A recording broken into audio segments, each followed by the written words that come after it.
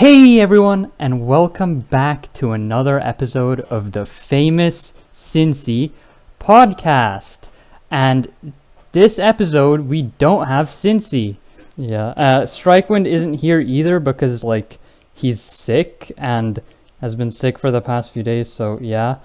And this podcast was also, a pain in the ass to coordinate because, but somehow it was actually not even the worst one. The Paco Blitzer one, I think actually still took longer to set up, but this is a close second, I think. This took 2 months but anyway. 2 months. So we have two special guests today. First is the world famous Just Dance connoisseur, KrmaL, formerly known as Crazy Man 50, but now it's just KrmaL. What's up? Hey, that's me. Hello. Hi. And Crohn, Creator of Unarmed and Sound Dodger.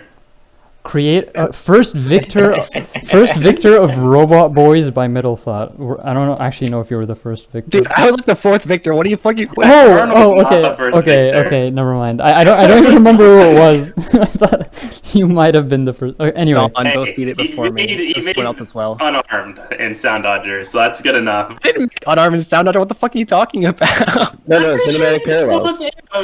As arrows. What? Did she make that? It had arrows. No.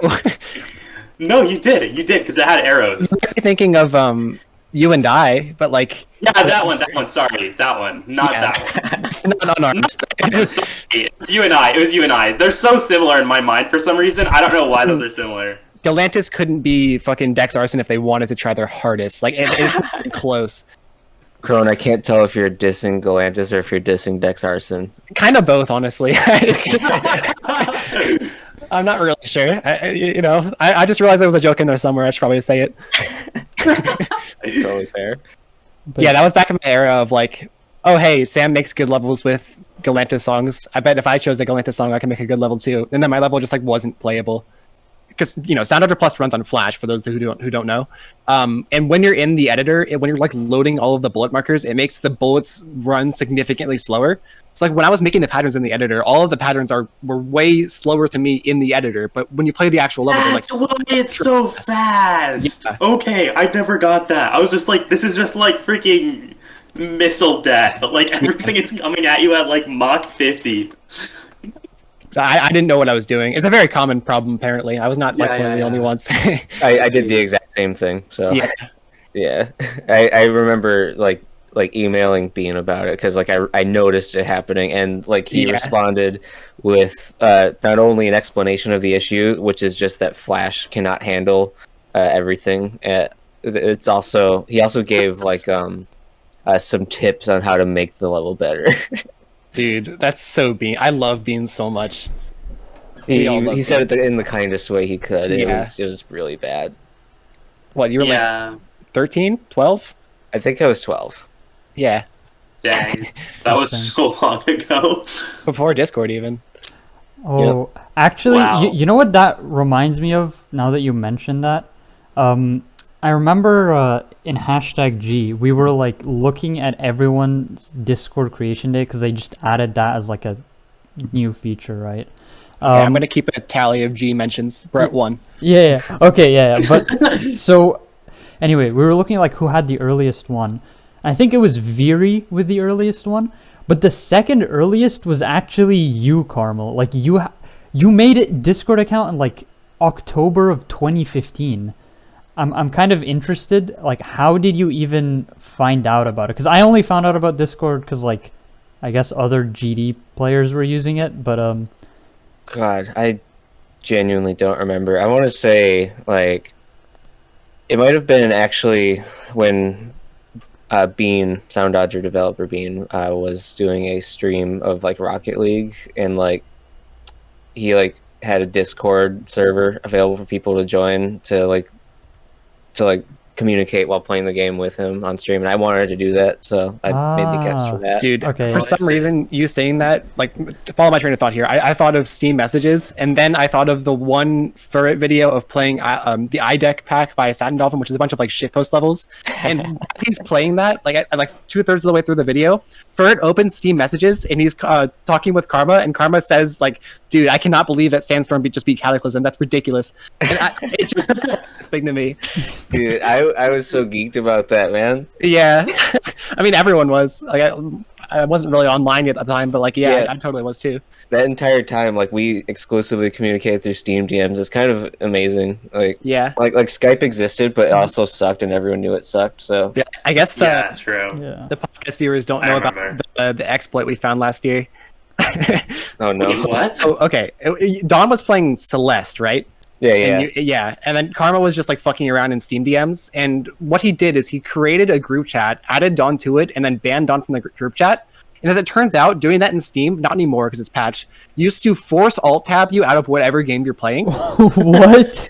Yeah, it would alt tab you out of the game, and it would show you a message saying you were banned from the chat, and it wouldn't say who the chat was with. It's so annoying. As soon as we discovered this, which no one had up until this point, like we immediately knew we had to go and abuse this, like on streamers. Every my GG God. streamer in like 2 days span, like we got Riot, we got Aeon, one of our friends got Franz J, I got Technical, I think. There's a whole compilation of it somewhere around here. It's so funny. Oh, I mean, KrmaL did it in Pesta multiple times. It was really good. Yeah, And it's not exclusive to just Steam games. It's just anything. It would just tab you out of whatever you're doing. Wait, what? he did during Bridges as well. While Pesta was playing Bridges, and like it Oh just my does that. Like, gosh! So you could just Whatever. force lose someone in Bridge? yeah, exactly. Not anymore, obviously, That's but hilarious. it was insane. Such a crazy fucking exploit. It's just like Should we how start talking about GD for the like inevitable like half of your viewers that are just here to talk about GD? Yes, exactly. Now we have to appease them by talking about how it's just like Geometry This Dash. reminds- That was the segue. You're welcome. this reminds Yeah. me how Robot Boys is actually the same difficulty as Sonic Wave. This reminds me how there was a secret way in Exo. I don't know if you remember that. Dude, as someone who has played both levels, Robot Boys is a lot fucking easier. Wait, let me tell Yeah. you. There was a comment on I think your video, KrmaL, of like Yeah. Robot Boys where someone literally asked Young that. 98. That- that- and that- then Slammy was like, "Is this the Sonic Wave of this game?" Yeah, that's why I brought it up. I was like referencing that, Oh, but was it a Zanny comment? That's really typical, honestly. Slammy. Oh, okay, all right. Sorry for the Zanny slander. You know, honestly, we didn't have that Slammy. many like actually actively hard playable levels at the time, so it very well could Yeah, have been. no. It was pretty much just fucking Gonna Fear Now and Surf Solar. Pretty There much just wasn't- Surf Solar. There wasn't really a Sound Dodger playing scene for a while. Yeah. You could always Because- play Sinarize.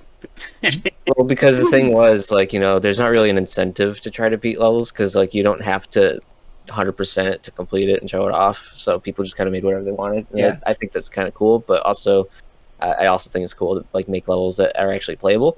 yeah. Yeah. For some context, by the way, Middle Thought was like one of the OG like really hard level creators for Sound Dodger, and also KrmaL's inspiration for a while. And we still are friends with him today. And he made a level called Surf Solar in 2014 that remained unbeaten until I think like 2019 or Yeah. something. Yeah, Yeah. no, that was like this game's silent club step. That's the silent club step of Sound Dodger. That's the Yeah, silent it club was step more or of less, Sound but except Dodger. the difference was that Surf Solar was like theoretically possible in a way that Silent Club Step like kind of didn't seem that it was.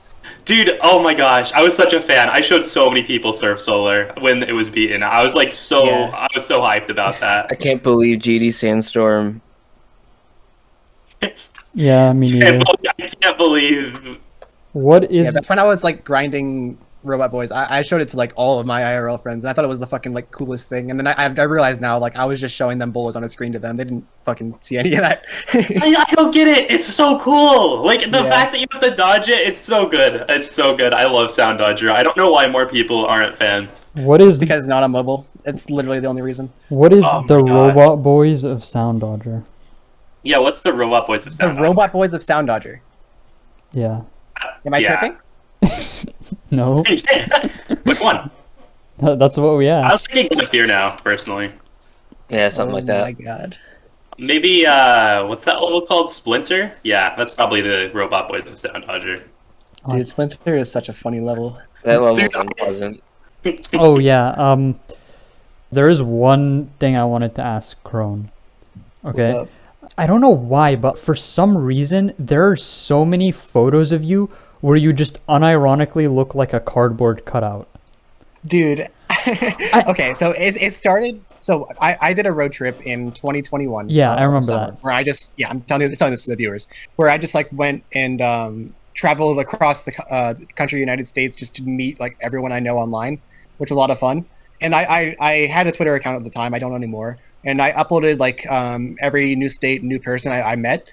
When I had met specifically ViewSonic, there was a picture where he is sleeping in bed and I am standing over him and I have my arms crossed. And just the way the lighting is, it looks like I'm a fucking cardboard cutout. Yeah. And it got memed so to hell, and I love it so much. It's so It was fucking so funny. But the thing is, it wasn't only that one. Then there was like another one. I think you and J Ghost at like some furry convention, and then there was a Twitter account that was just taking photos of people that passed by, and then there was one with you and J Ghost, and you look like a cardboard cutout in that one as well. Not as much as like Not this as much, one, yeah, but it's still, you know, like okay, I guess probably the first one is probably more related to like the lighting or something, but I still feel like there's just something about. Okay, hold up. Before you continue, let me explain how I'm not a furry, and I just had a furcon on accident. Why does your shirt say it? Oh, it says Burton. It looks like it said Furcon. What? Furcon. Okay, anyways, so I'm good friends. G-R-O-N. The He was T coming has some to- parts of it. Yeah, he was coming to Atlanta anyways, just to go to that con, and I just offered to drive him because you know I live in Atlanta and it would just be convenient for him. So I just I had no plans, so I just like stayed the day there anyways. And there's this Twitter account that just took pictures like every time someone stood in front of the camera and just posted it onto the Twitter account automatically. So that's how we got that. That's also Sublo for standing next to J Ghost on the other side. Yeah. Yeah, it's a really funny photo. I still can't believe it's funny because like I have so many friends who are furries, but I've been to a FurCon before, like most of them now. And it's really funny. Oh my god, dude, that's such a You actually, legendary image. You actually visited me as well. I on that did. trip. Oh, And we yeah. got, we got You some. beat 4.5 circles, if I'm not mistaken. My favorite moment from that picture from that trip is either the one where I'm holding Mew and his face is so blurred you can't even see that he's a cat, or the image where we're standing in Karma's backyard looking up at the camera and the lighting was all weird, so then someone edited it to look like Five Nights at Freddy's like fucking cam footage, and it's so funny. I love both of those. See, my favorite is the one that I tweeted that was just Oh, yeah. I was know the what you're gonna say, I selfie. think. Yeah, Yeah. it was just the selfie of us in front of a building, but like I'm so short compared to you that you just aren't even visible. Oh, that image is so good as well. Like that right here. Yeah. I like how you can't see Crohn. Yeah, it's pretty funny. Dude, I literally shaved the night before that just so I would look more like Karma in pictures. And it totally worked. Dude, back when I was playing Bloodbath in like 2019, I did a stream where I jokingly made my face cam like super small. And at that time, I also had like a really, really ugly bowl cut. And so some of my IRL friends took a screenshot of that stream, and they now have it that photo as me in their contacts and like all of their phones, and it's the fucking ugliest photo of all time. But like I can't make them get rid of it, so I'm just kind of like. Why is there like a wall of deleted tweets before that one? That would be my thread. Oh yeah, because your Twitter is. I deleted my Twitter account. Yeah, That might also be why there's. What a happened to your button. Twitter account? I think you just. I deleted it Yeah. in September of 2021. Yeah, I also I see. deleted mine in September of 2020. I mean, there is actually the famous Cinci podcast Twitter Yeah, account, that's what I was gonna mention. but There's I don't know if that counts because I only like post when I upload a new video once every like 5 months now. Actually, The only like things I wish I kept were that thread, and then the thread I made right after. Well, kind of a change of topic, but the thread I made right after one of my friend Leo's suicide, where I talked about like our process of trying to get him help. I'm kind of sad that that's gone, but other than that, leaving Twitter was definitely a net positive. Why does it say regarding Cinci ... and then it's got some garbage quit longer? Oh wait, no, don't. I showed you that. That was just like the stupid copy pasta. What is it? I forgot. It was like the grocery store one. Like I met Cinci at a grocery. Oh, I love that copy Yeah, pasta. the electromagnetic inference or something. Yeah, that's the best part of that one. Not electrical inference, but yeah. Yeah, so I feel like I kind of just coast along on Twitter. I hardly ever tweet. I'm trying to like tweet a little bit more, but I feel like just because I mostly just retweet stuff, I'm fine, honestly. Yeah. I mean that's kind of like how I approach Twitter now. It's just I just try to stay out of discourse when I can, but you know. Yeah. There's one thing that's really important. That is, we forgot something super important about this entire podcast. Oh wait, I think I know what you're talking about. Yeah, well, we never asked if Google's gonna beat DC. Right, yeah, because there's like this really dumb tradition or whatever you want to call it in the podcast where it's like every episode we have to ask the new guests if they think I will beat Death Corridor. So yeah, and there's like a tally of it, but I completely forgot what the current score is. So I don't know. If you want to answer it, I guess go ahead. I'm not sure which is more likely, you beating Death Corridor or 2.2 releasing. I think you're not even the first person who said that. Yeah. They both haven't had any progress since, what, 2017? Oh no, I've had progress in like December of 2020, and then Okay, yeah, sure. yeah. This is about as much progress as RobTop has made. Anyway, so do you think that Google's gonna verify DC or no? I won't be real. I don't even remember what Death Corridor looks like, but I got faith in you if you persist. I'm assuming you're still working on it. Yeah, I am. Yeah. Thank you. Yeah. Yeah, I got faith in So you. is that a no from Crohn and a yes from KrmaL? Wait. Crohn didn't I even had- answer. Yeah, I haven't answered yet. Yeah, that's what I'm asking. Is the version of Death Corridor that you're verifying, does it have like this super fucking tight mini wave that's like in the original? Like It's actually worse. It's actually No, I think he and means Google's like, trying to beat it on 60 hertz. yeah, no, but I think he means the original Impossible one.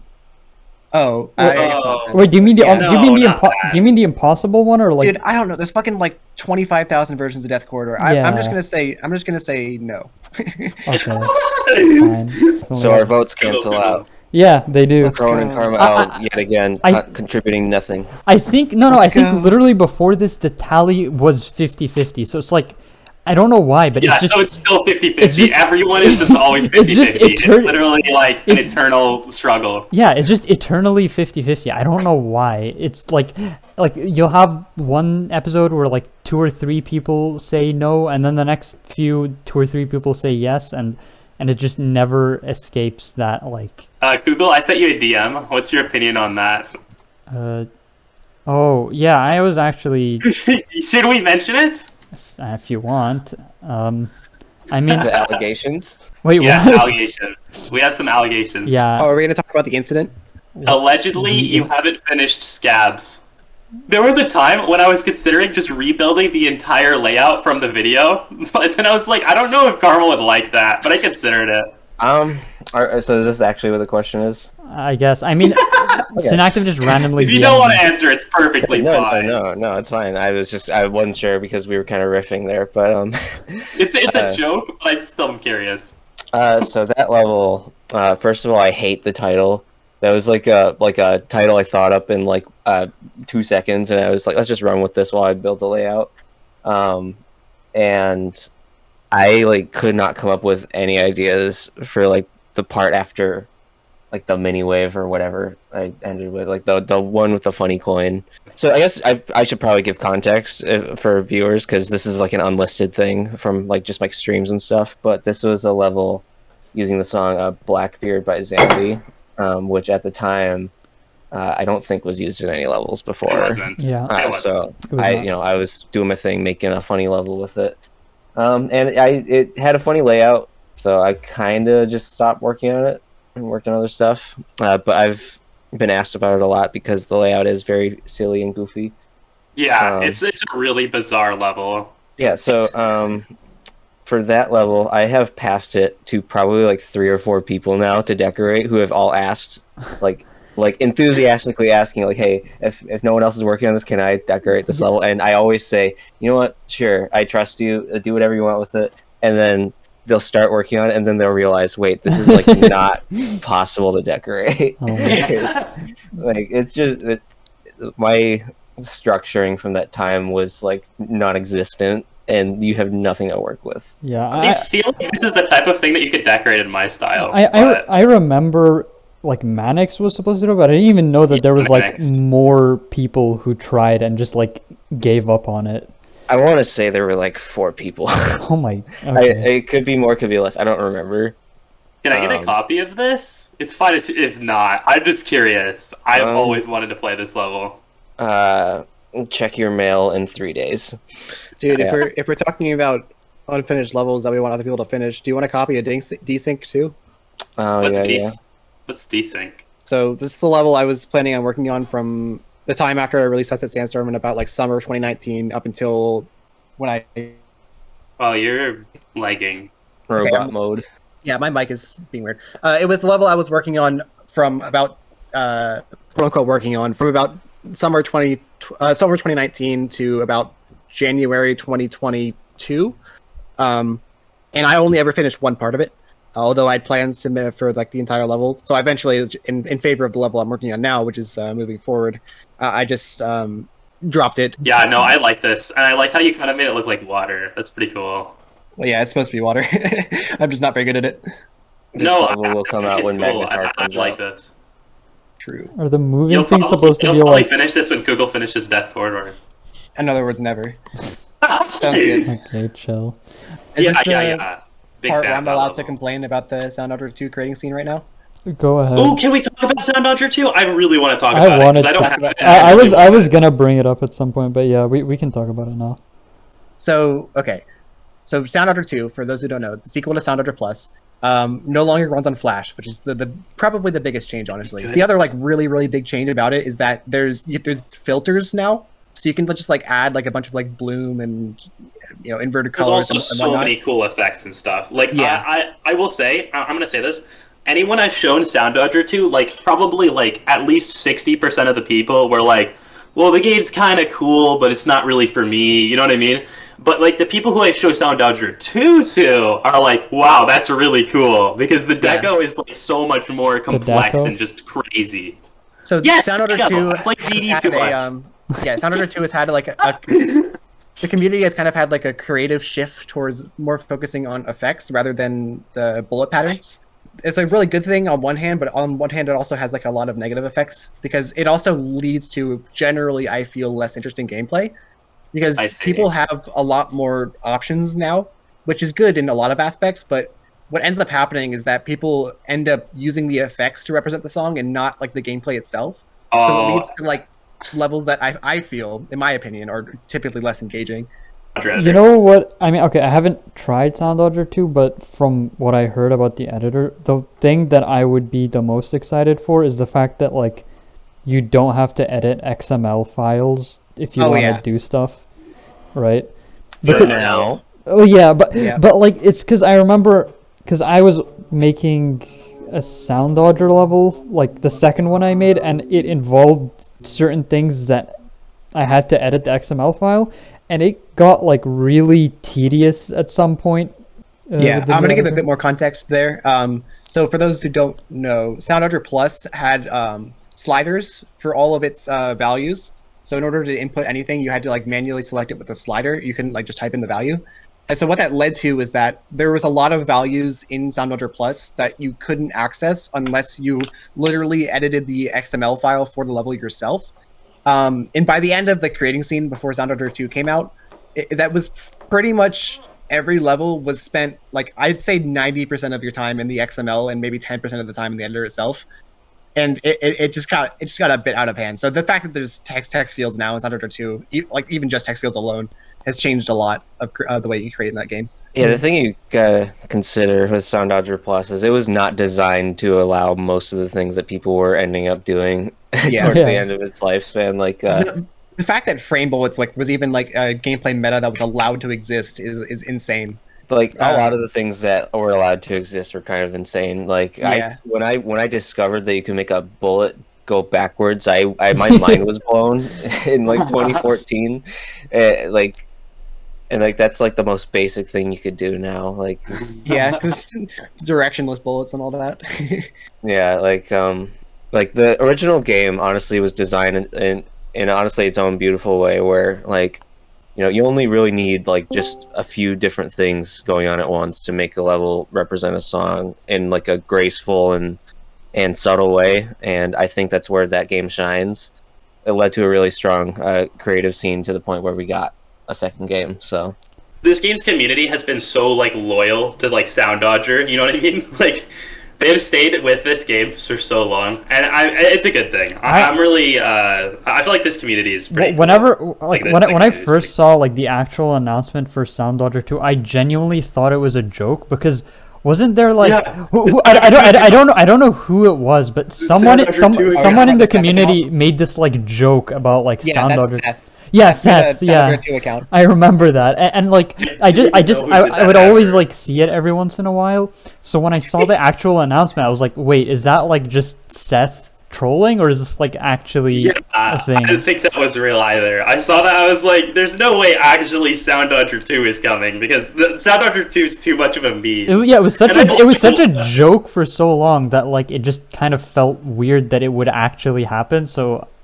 Yeah, it's like if there was Geometry Dash 2 or something. Like it just sounds weird. I don't even think it's like if there was 2.2 or something. Dude, like if Rob Top said 2.2 is tomorrow, it would just be a joke. Yeah, like and then it actually comes out. No, but I don't know. I'm such a fan of Sound Dodger 2. I was thinking like, what could you even change to make it that much better? But honestly, it's so much better. It's so honestly everything that I could possibly want it to be and more. Yeah, exactly. Yeah, imagine that you could make the game any better from what it is now. It's just so good. Yeah, I don't know if you've followed the recent levels that have been like added to it, like in the main game. Like I haven't uploaded videos of them because I'm still working on beating them, but they are like actually fantastic. Yeah, someone recently. Oh, sorry, continue. Yeah, if you get a chance, check out specifically the level Shared Buffer Memory. Everyone's raving about that one. That's probably the most fun level in the game right now. That sounds cool. Okay. I'll look at it. I can play it's it. It's a chiptune banger. Yeah, I mean the past few years I've kind of wanted to get back into Sound Dodger, and now that Sound Dodger 2 is out, like I actually have even more of a reason to do that. So. Someone recently made a level to International by Sweet Trip, which is my favorite song of all time. Oh, I know that song, yeah. Yeah, so I want to like beat that and upload it to my YouTube. I don't think the level does like anything really special, but the song, it just means a lot to me, so I think it would be cool to do. The game is on sale right now until January 5th, by the way. I don't know if this will be out by then. Probably out. It will be out. Yeah. Okay, well... Yeah, Google uploads immediately. I think it'll be out before New Year's, probably. Ooh, this is actually pretty on sale. Yeah. Hello, 2023 people. Yeah, I might even just release it on New Year's specifically, just for like, I don't know. Strikewind can make a funny New Year's thumbnail. Yeah, and it'll be like really special, even though it's not New Year's right now. Okay, so I actually wanted to talk more about like your Just Dance collection, KrmaL, because like yeah, I mean, what is your progress on it, or like how much of it do you have? I mean, if you've seen my Discord bio, that's pretty much where I'm at. Like that's everything I'm really looking for. I could very easily just order all these things off of eBay, but I'm choosing to like look for them in person because I think it's more fun that way to collect. That's like finding really things. It's actually like really interesting to just go out of your way to try to do it through like physical stuff instead of just ordering it online. I wonder if it's more similar to like the past. Yeah, like I very rarely will like cave and like buy something outright online unless I'd like get a good deal on it, because usually people sell stuff for way more than it's worth online anyway. And sometimes you can get lucky when you go to a local game store, and they'll. That's actually like, really true. They'll be priced super low. I got a copy of Rhythm Heaven on the DS for like $8, like a year or two ago. And that game's like $50, so like things like that like are kind of what I do it for. But anyway, Just Dance. Yeah, I started playing Just Dance as a kid. When Just Dance 2 had just come out, I saw like YouTube videos of it, and I was like, I want that. That looks like fun. and I think that was like kind of my introduction to like music games as a whole, I guess, actually. But yeah, so I started playing Just Dance. I want to say in like 2010 or 11 or something like that. And then it was Just Dance 2 specifically. It was the Best Buy edition with 3 extra songs. And then I was like, well, I have Just Dance 2. Let's get Just Dance 1 so we can play all the songs, right? And then we got that, and then they announced Just Dance Summer Party, which was like all the DLC from Just Dance 2, but on a disc, which is actually kind of cool. I kind of wish more like things like that existed out there. And it's like, well, let's get this too, you know. And it just kind of spiraled and snowballed from there. Like every time a new Just Dance game would come out, it's like, oh, there's another one. Guess we gotta get that. And then suddenly they're releasing like Japanese exclusive games and like ones on like different versions for like different stores you buy them from, and it's like, okay, well, we got to get all of these. And so now I'm here just buying every single Just Dance game that exists. And yeah, I'm just kind of doing it, and I do play the games. I will say, like, this is not just like a bit, you know, it is just like a dancing game, right? You know, it's not the most amazing thing ever, but also I feel like people don't give it as much credit as it deserves, because I mean, it is all real choreography, like shot like footage in front of a green screen, and then they edit it all, and they like do all sorts of effects and like creative ideas with it. Yeah. Every year, like that's kind of impressive and artistic. I love it. A lot of the backgrounds are super cool. Yeah, like, honestly, I've like been inspired many times by Just Dance backgrounds for like ideas for details, which super interesting. Yeah, and like what was I gonna say, like there's like so many like spin-offs and stuff for those games that like you wouldn't even think were remotely related, but they are. Like you would think they're just rip-offs, but like there's like the Black Eyed Peas experience. There's like the ABBA Just Dance game, where it's like ABBA You Can Dance. There's like Dance on Rayman Broadway. Raving Rabbids TV Party. What? We'll get to that. There's like the Smurfs Dance Party. Like these are all like technically adjacent to Just Dance because they're like published by Ubisoft, and they like advertise this like on the box and stuff. So like it's like a crazy rabbit hole to like go down. And like they do all sorts of weird promotions with it that are just so funny I can't not buy them. There's like, I'm sure like some people are like familiar with like the Uno Just Dance pack. Uno Just Dance? Yeah, Ubisoft does all these, because okay, the thing is, I have like Uno on Steam, and in the Uno game they also have the rabbits, and they also have Rayman Adventures, and it's like I feel like if everything Ubisoft does always has to have like a crossover with every other one of its IPs, even if it's like completely unrelated. So yeah, so a lot of people know about the Uno Just Dance pack, but I feel like they also forget about the Monopoly Family Fun Pack Just Dance DLC as well. There is like a Just Dance board in Monopoly, so I ended up buying a copy of Monopoly Family Fun Pack for my Just Dance collection, because like that's just such a funny thing to mention to someone. Like, why do you have Monopoly in your collection? Oh, it's part of my Just Dance collection. Like everything in this collection just has like a funny story to it, at least like the earlier ones, because like they just got so weird with it. Like I think within the span between like Just Dance 2 and Just Dance 4, there were like 6 or something games released of just like random weird offshoot games. I just find it really interesting, and like one day when I finish the whole collection, I intend to like make like a whole video just going through all of it, like completely in earnest, because I feel like the weirdness of it is really fun. Yeah. I don't know. I've always found your taste in games to be kind of cool, but like I also never fully understood some of them. But yeah. Well, you don't like Tiger Woods PGA golfing? Oh, dude! Oh my god, what did you say Me before and me? Synactive literally were talking about this before. Like 5 minutes! Oh my gosh. Yeah. Or like this game totally stole my thunder. That game is a hidden gem. It's a hidden gem, I tell you. What about Tony Hawk's Skater Pro? Which game was the one that like you really liked from that series? I like all of them, honestly. I mean, besides the ones by Robomoto, but like, but Tiger Woods particularly, like I just grew up playing that with my dad and stuff. That's why I have like an attachment to it personally. But yeah, like looking back on it, a game like that could never exist in today's like industry. Like you have a golf game featuring Tiger Woods, with like the opening cutscene cinematic being like, it has like DMX on the soundtrack, and like there's like just characters like just like doing like breakdancing moves on the green, and like this is like how the game actually plays. Like you just like get a hole in one and your character does a Fortnite dance. Like this game is so ahead of its time. You kind of had to be there for it. Like, isn't there something like Super Tiger Woods or some trash like that? Yeah, there is. There's like even more overpowered Tiger Woods. It was a Sunday Tiger Woods. Yeah. Sunday Tiger Woods. Oh my gosh, I remember this. This was amazing.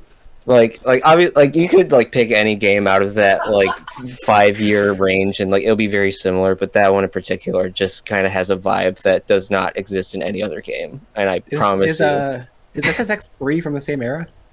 Kind of, yeah. I want to say SSX3 came out in 2002. Yeah, I never really played anything because of the South Park episode embedded into it. True. I'm still looking for a copy of that. I actually found one before, but it didn't have its original case, so I didn't buy it. But there's a thing, the original run of Tiger Woods 99 on PS1.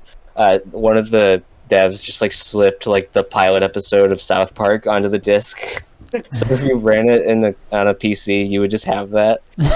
Did y'all know that Cartman gets an anal probe? The first episode of South Park is the only one that's actually stop motion. Yes, I knew that. I want to say it was like it might have been like the precursor. It was like Jesus versus Santa. Oh, Jesus versus Santa. Yeah, that's that's what was on the on the disc. Yeah. Or no, Jesus versus Frosty. Could have been that. Something like that. I don't remember anything. Hyperbola to start talking. Yeah. Oh yeah. I forgot to like mention because Hyperbola joined like literally 45 minutes ago. I just woke up and has not said a word in the call until now. I have not. Until Tiger Woods golf. Dude, it's a go-to game. If you know, you know. Yeah. If you know, you know.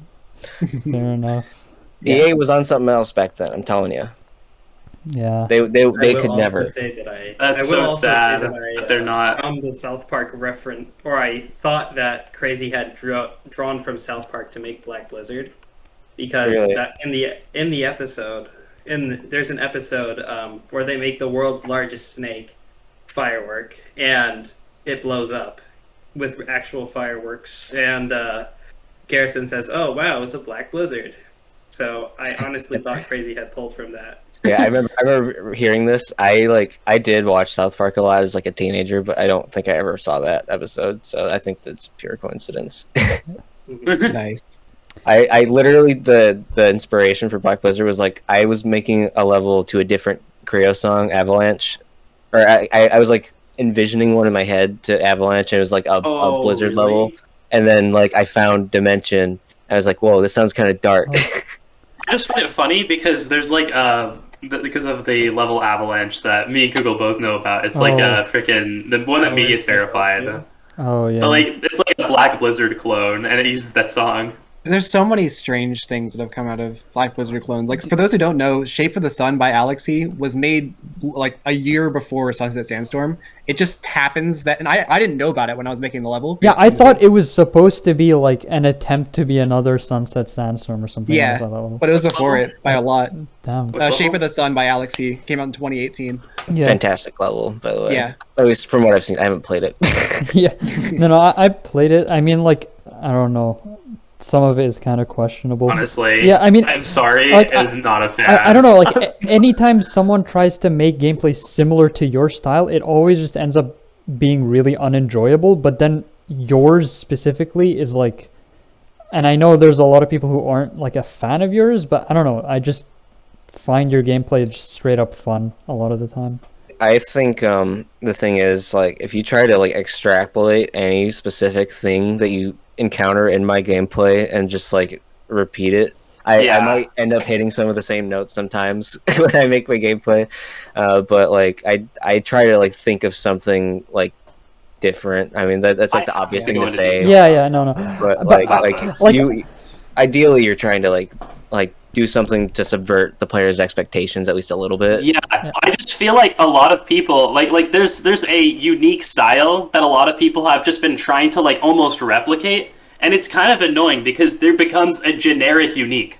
I think there's just like a specific, just I don't know what to call it, but like just a genre of levels that like the whole point is that it tries to be kind of like a unique level, but they always just end up feeling as homogeneous as like the levels they try not to be. And there are very few levels that actually feel interesting to me, and it's generally ones I have a good metaphor for this. That don't try to do that. Make what Mr. Robot. Yeah.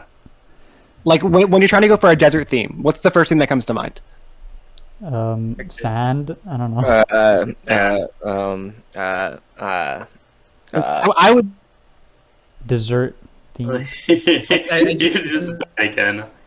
Your thing is dying so hard. I'm sorry. It's dying. Okay, yeah, sorry. What I would say is pyramids, because that seems to be the common trend. Whenever someone tries to make something that's like desert style, they always end up going into some Egyptian style. I feel like it's the exact same way when people are trying to make unique levels. What they do is they try to bend your expectations in such a predictable way that it always ends up being the exact same thing. What was the wasn't there like Black Blizzard V2 by Guitar 999? Oh yeah, I was gonna mention. Those are amazing. Those are the souls of the game. Don't throw shade at my boy Guitar 999. On every Can we talk about Tykes? I was actually gonna bring that up. That creator is so good. I don't even like that. Is like the definition of an outsider level, and I truly cherish it because we get so few of those nowadays. You cannot get a more like pure outsider level than that one. Yeah. You ever see that song? What's it even called again? Deviation. Yeah, Deviation. Yeah. Deviation's pretty good at being different. It's I mean, I like Deviation. Are you telling me the level that's called Deviation is trying to be different? Well, no, it's not. That's not even like doesn't even intentional. try to be. But that's the thing I was talking about earlier, or like kind of related to that, which is okay. Deviation is a Sohn level, Sohn 0924, the guy that made the Hell series, and he knew nothing about like what GD was in 2.1. Like he left in like 1.4 or something. So he ended up like making his own level. But he explored the 2.1 editor like as he was making the level, right? Like he didn't know anything, but he didn't like reference it on anything else.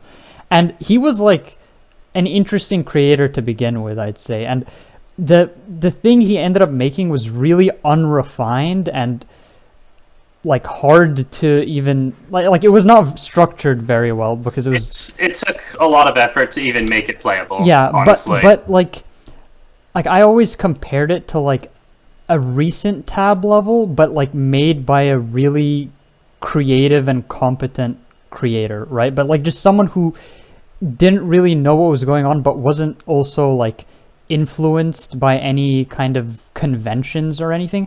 Because I feel like even if you aren't the type of person who likes to just, make things that other people have done, I feel like subconsciously, if you're aware of how levels are made in GD, you're going to just, by default, base the way you make stuff off of it. Even if it's like trying to be different, because in a way that's still relative to other it's levels, still in your mind, right? Like you're like, okay, I'm trying to make it not like this. Well, it's still not. Exactly. It's not abstracted from it because you have it in mind when you're making the thing that it's supposed to be different from. But when you like have it like be something like actually pure and just like this, like unattached from anything in the GD community, I feel like you can actually get some pretty cool results. And Deviation as a level is like unironically really interesting, but I don't know, it's really hard to like get anything like that, because even if you're like a creative person, you can honestly only make stuff like that for so long as you're in the community. You know what I mean? Like you can't really just keep improving upon it and then like make your own style out of it, and eventually like it's really hard to do that. I think the last time we really saw something that was like that was like I think Jakers even. honestly. This is where I bring up Sound Party. Oh no. Oh, What's Sound Party? So there was remember that. there's a mega collab that I'm pretty sure I was hosting. Like this was like 2016 or 17, I want to say, maybe. I don't remember. This was like going to be a mega collab that was like made by Sound Dodger players. Yeah. So that was me, Migward, Furret, Middle Thought. No, it was, Manic. I think Manic was. Satin was in there. I'm trying to. I can't remember everyone who was in there, but like, it led to a lot of very outsider gameplay design because like half of these people had not touched this game. Period. Oh, that's interesting. And they're all like good traders in Sound Dodger, so they definitely know how to like make a level or use an editor. Exactly, and Sound Dodger creating skills like translate very uniquely to Geometry Dash. I think Crohn knows this firsthand. I think he's talked about it before. But like this is their first time touching the editor and like even knowing what anything is in scale. Like they haven't really watched the game. Period. So they're just kind of making whatever feels right, and like it. Granted, it doesn't look amazing, but like you get things that no one else would even think to make. Like I'm pretty sure Middle Thought just made an entire part of pixel art out of like the tiny blocks, and it was just like a very basic wave part. But like it's not something you would ever see anyone else try. Yeah, I don't really know how to describe it. It's no secret that like anyone who starts out by making stuff in Sound Dodger, when you come back to Geometry Dash, there's a lot of skills that translate from Sound Dodger that you have a step above like most other GD creators. Like there's a lot of people that have come from Sound Dodger, myself included, even though I played GD before, where like there's a lot of skills that you learn in Sound Dodger that you really don't learn in GD. And I think the most important one for me, at least, was the concept of music representation. Before I played Sound Dodger, the gameplay to me was like you're trying to sync it to the song, and you're trying to convey the song's energy, but like you're not so much as what I do now, where I'm trying to represent the song best I can, and that's like at the forefront of what I'm trying to do. It's hard. It's a very hard to describe phenomena, but it's definitely hard to describe. But like if you like just watch like a good Sound Dodger level, like you can just tell like this person had no choice but to make it represent the song. And you're kind of locked to that in Sound Dodger Plus. Not so much in Sound Dodger 2 since you have effects and stuff, but like purely representing a song with just like bullet patterns. I don't know what it is about it, but it leads to like a very unique way of thinking. Yeah, it takes such a unique skill set. There's nothing else like it, really. I want to tell you about this. So there's this game that I used to play for a while, and I guess I still do occasionally. It's called OCO.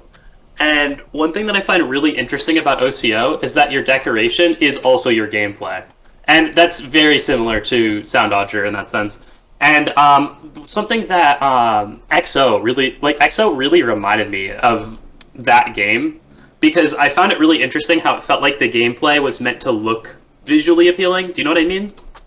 It's kind of weird. By the way, I never understood why people started separating gameplay from decoration in GD. It's one of the worst things that happen in the community in general, honestly. And you can always tell when a layout is decorated by like someone different without like much communication, and it ends up being so boring. It happens so often. Sorry. Continue, Inactive. Yeah, I'm just showing you examples of OCO levels because I think that it's really cool to like it's a really cool challenge to try to make something fit a theme and then also make gameplay and deco on the same like it's the same because your blocks that are like a certain color indicate what the block does. So if you're trying to make it look good, it actually like is a really interesting challenge. I think. Synactive, I hate to say it, but you're coming from a very GD lens. This is kind of just the way that most game editors are, where like what you have is the gameplay, and in GD you're very like privileged to have the opportunity to make decoration. Me when I'm a robot. True. Sorry, Mike. Who's Mike?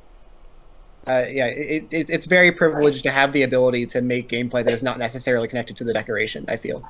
I agree with you, but I still feel like even in like something like actually game design in general. Yeah, I'm not saying you're wrong. you're, I'm just saying you're presenting it in a way that like sounds like it's coming from someone who's played Geometry Dash all their life. Well, okay, I'm giving you an example. I think even in game design itself, a lot of times you can pretty much just make the like while you're like structuring, I guess if you want to call it that, of like the gameplay itself would be that technically created by the actual gameplay of the game and like the actual like what you have to do in the game. I still feel like backgrounds and stuff like that in actual games generally don't have to be connected to like decoration and gameplay can be pretty separate. Whereas like obviously even in GD as well, you're always in Geometry Dash going to be having some influence on the deco from the gameplay.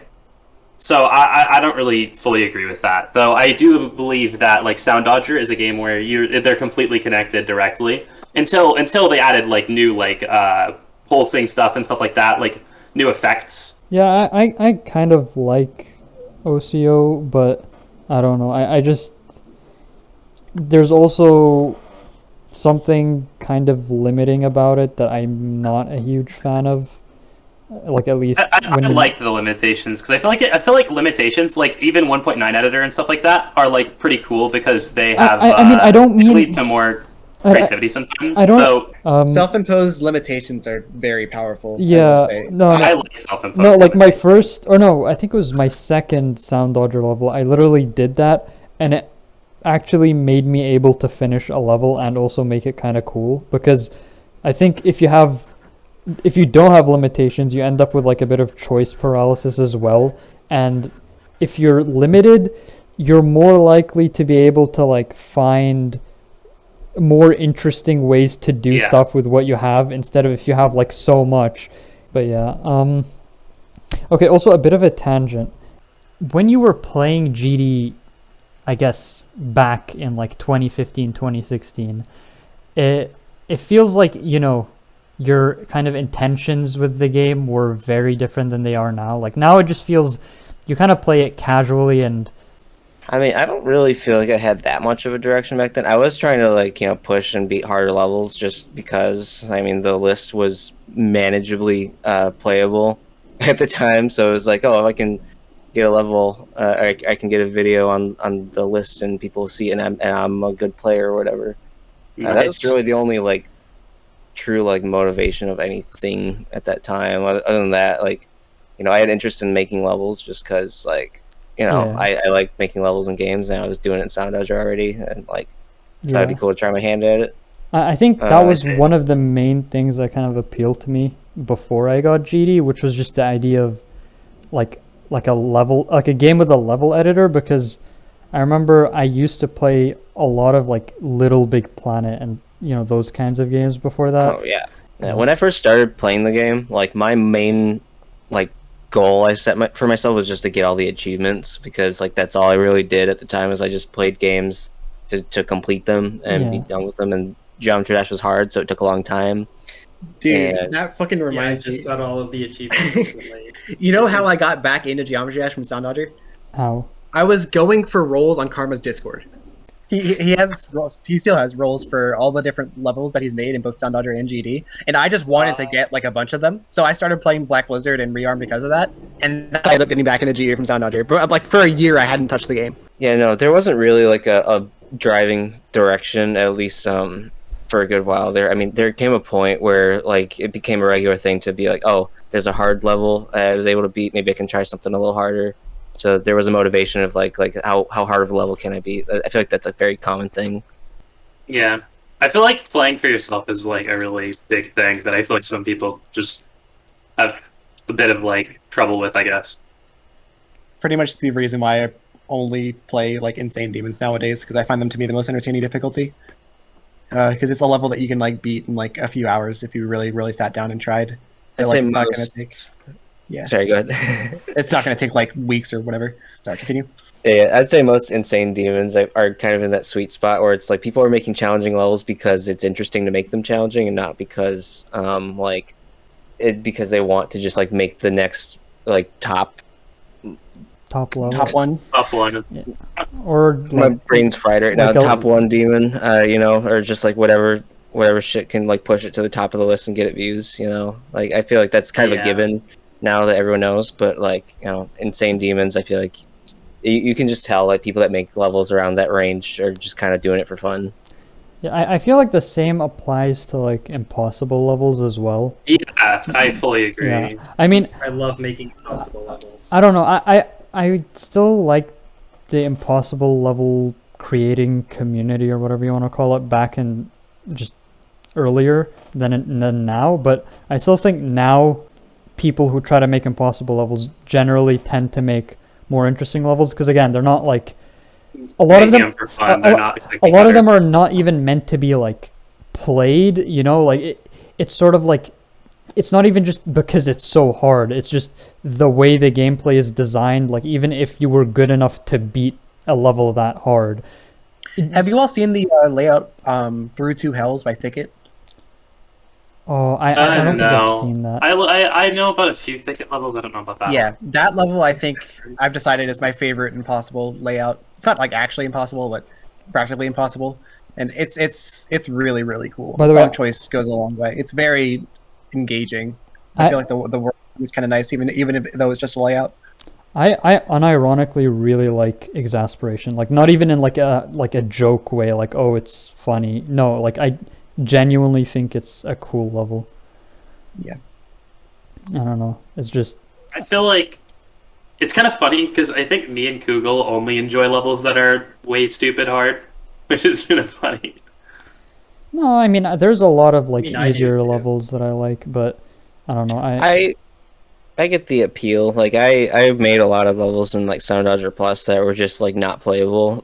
Empress. Yeah, yeah, exactly. It's art. It's fun. exactly. Whatever. Like I mean, I liked levels like even stuff like Surf Solar and all that. I don't feel like it was made with the intention to be, like beaten or like oh, this is like a super hard level that'll be beaten one day. It's more of just like, well, it happened to be ridiculous, but also eventually people got good enough to beat it. And I think that's just the coolest kind of hard level to me. Like, not one that's like Silent Love Note, I guess. I don't know. Like, it's not even like silent levels necessarily. It's just kind of levels that were made with no difficulty in mind. And it's like, okay, maybe they happen to be impossible or they happen to be very hard, but Oh, I see what it is. I think you're right that the song does a lot for this level, by the way, Crohn. I'm watching it. Song I choice is really so important, and people need to understand that. Yeah. yeah, Like literally just choosing a song that people haven't seen before just makes your level immediately like 10 times as interesting. I don't remember when it was. I saw a level that looked stunning on Twitter like a few months ago, and I tweeted about it because like it was beautiful. And then the song choice was like one of the most generic, like overused things I could think of. It's like, wow, this could have been like a lot more impactful if it just picked like something unique to begin with. Yeah, I can think of a few creators who do that a lot. Yeah, like if you pick something that hasn't been used before, like you just kind of conjure up ideas yourself that like aren't really being drawn from anything in particular sometimes, and it helps you create that sort of synergy between the level and song that helps elevate both of them, which I think is really, really important. It's so important to have association between the song and the level. Like, an ideal scenario, if you want to make something that people will remember, you want people to hear the song and think of the level. yes, yeah. One of the majorly like overlooked parts that goes into making a good level is iconography. Like, it's important to have fun gameplay. It's important to have good looking decoration, but it's also really, really important to have stuff that people are going to associate with the level. Like, if the level doesn't have anything that it can call its own, but the rest of the level is like really good, it's just not gonna like make an impact. Like, I think the first level that comes to mind like that for me is Sedulous. Samifying spent way oh my gosh, too so many hours true. making that. But like, and it looks good at every single point. You can pause the level and like look at it. Yeah. But the level just has nothing to make give it an identity. and that's just kind of like what makes it just so forgettable for me.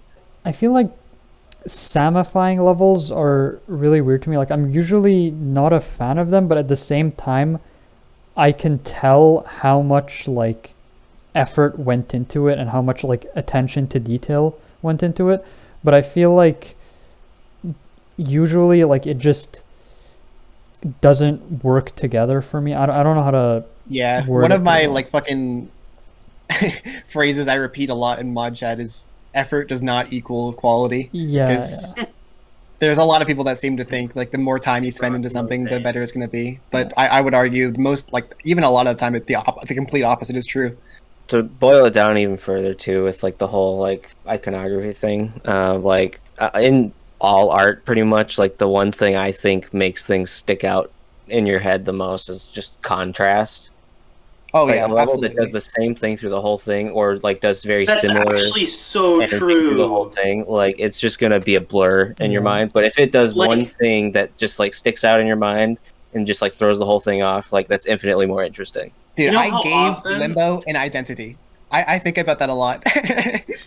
Limbo would be like just a fucking memory collab without my part. Like you need contrast between like foreground and background to make stuff interesting as well. It's something that a lot of people overlook as well. Where like if you can't tell the foreground from the background as well as you probably should, then like stuff just even just like in gameplay too. Like you need to be able to be following what's going on in the gameplay at all times in order for it to be engaging. Like it's just sort of, there's a lot of people with a mentality that, for example, a level needs to be like perfectly balanced. You know, like the difficulty throughout the level needs to be exactly the same, where there's like no variation. Yeah, that's just like wrong. Like I'm if your level is the same difficulty throughout the entire thing, it's just not going to be interesting. Yeah, I mean, and it's been proven so many times over. It's not even like okay, first of all, if it's all like uniform, I feel like, you know, you don't end up having like if you think about Bloodbath, for example, like cracks ship because that's like the hardest part of the level, or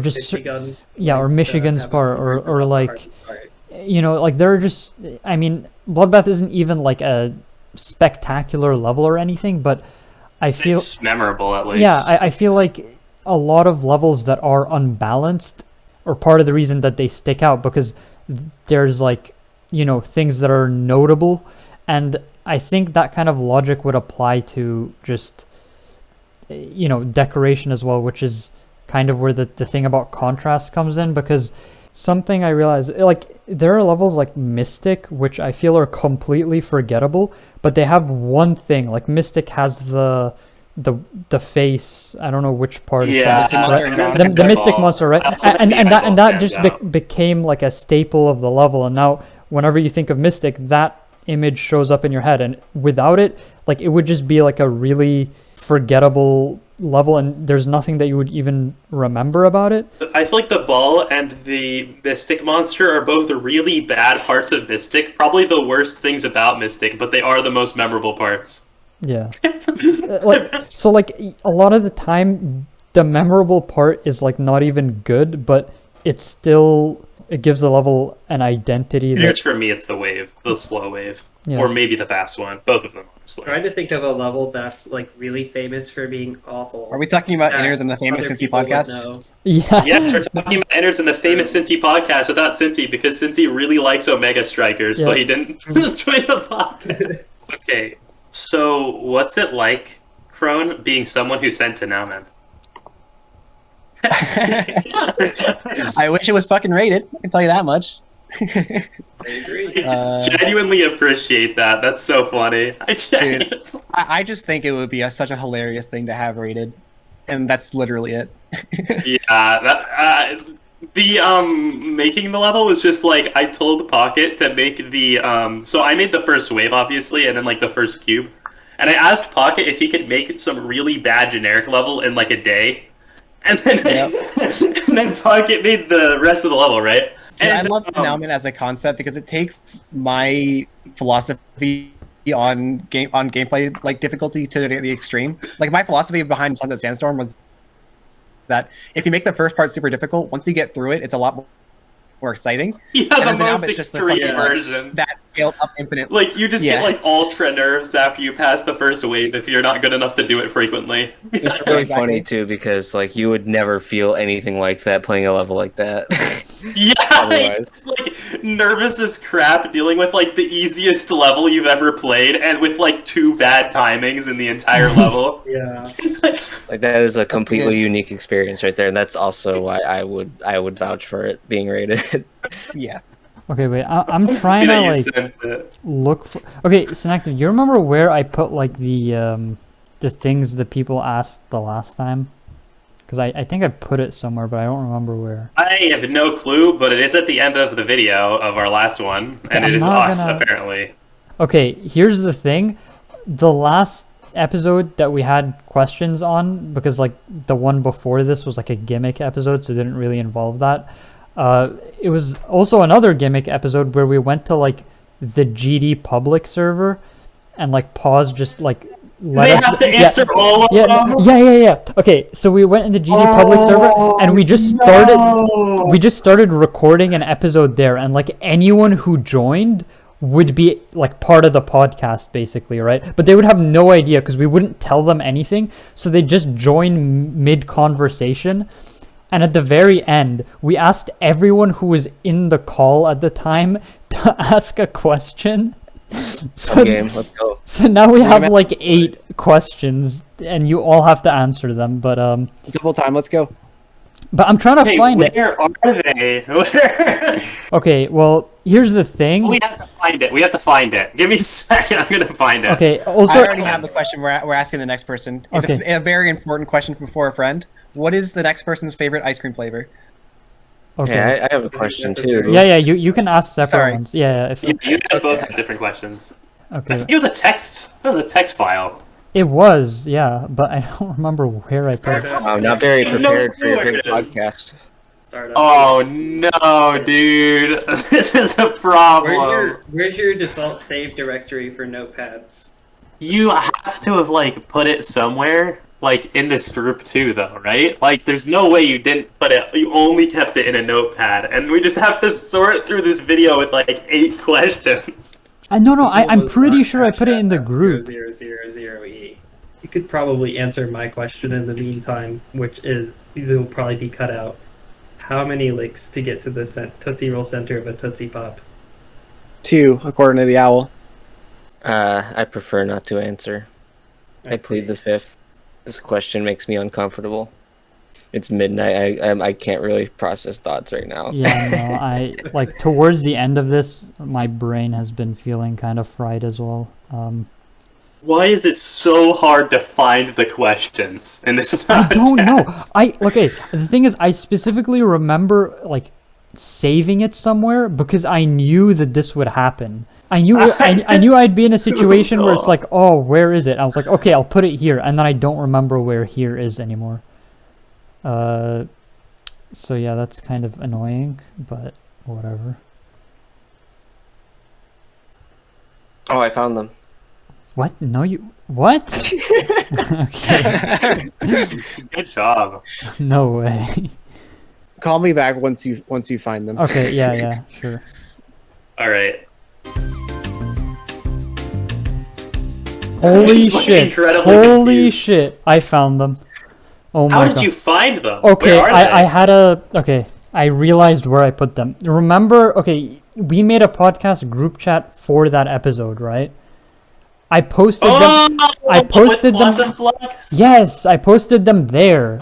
Cause I remember I posted it somewhere, but okay. Anyway, okay. I guess we can ask Crohn to get back.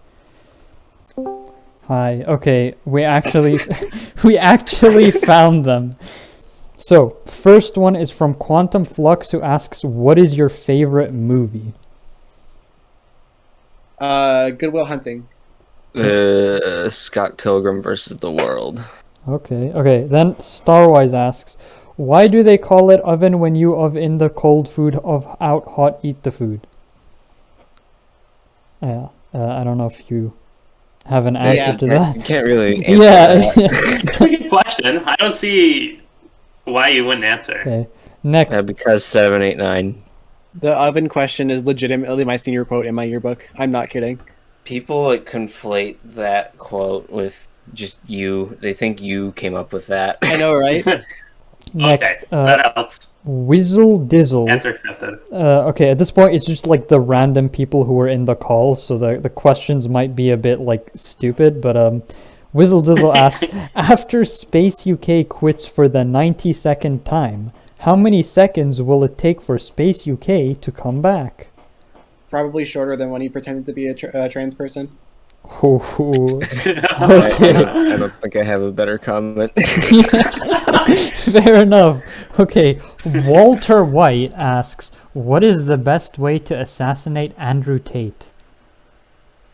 Second story of the Rockefeller building. Meeting with the president. Make sure you get your bazooka out. It's a pretty good angle. I got nothing, man. Yeah, these questions are like really dumb, so I don't. Yeah. Okay. Bonehead asks blast processing, and it's a yes or no question. Sega does what Nintendo don't. Well, that's not yes or a no, so that doesn't count. Yeah. It has the word don't in it, so it'll be no. Okay. What about KrmaL? It's my favorite Sound Dodger level by Seth. So is that a yes? Yes, absolutely. Okay. If Milo asks, if someone would give you $1,000, would you beat Theory of Everything with your toe? Yes. Yeah. Yeah. Like that would not take any effort at all. We'd And probably do that in then one of the first tries. Bink says, "Are you the guy freaking verifying Death Corridor?" No, that's Google. Sorry. Yes. Yeah, I think I don't even remember the context, but I think he was just like really confused at what was happening, and he was wondering. He was like asking, he was like talking to me, and I just included. Yeah. Okay. Anyway. He was literally like he said that when it was the questions. So anyway, anyway, those are all the questions. So Okay, cool. Great. Thank you for having me on the podcast. Yeah. Thank you for having Crohn on the podcast. Yep. All right. Wait, KrmaL, you still need to come up with a question. Oh yeah. Oh, I already asked the question. What's your favorite ice cream flavor? You have your own one, and then KrmaL has his own one. Yeah. Yeah, so this one kind of comes from a call we had yesterday in a different server. So shout out to Don for this one, I think. But if you were a Minecraft mob, what item would you drop? Oh, that is actually a good question. All right. Mine would be my Nokia N-Gage, my most prized possession. GD players all dropping G502s. Okay. Well, anyway, that was about it. All right. I had a lot of fun. I hate to see it be so unceremonious at the end, but I got places to be. Yeah, it's fine. Yeah, thanks so much for spending your time and wasting your time waiting for Google Blitz to find the thing again. No, but no worries. We're happy. Hey, We're very Google. happy. Guess what? What?